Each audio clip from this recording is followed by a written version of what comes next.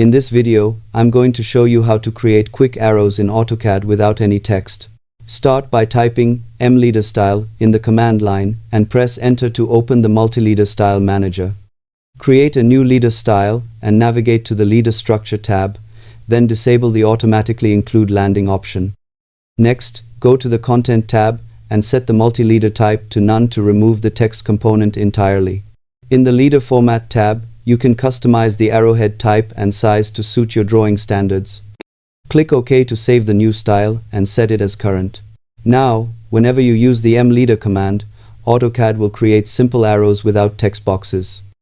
This method is perfect for highlighting details, directions, or features without cluttering the drawing. Creating a dedicated arrow-only leader style can also improve consistency across multiple project sheets. You can further customize the arrow appearance by adjusting line type, color, and scale settings within the style.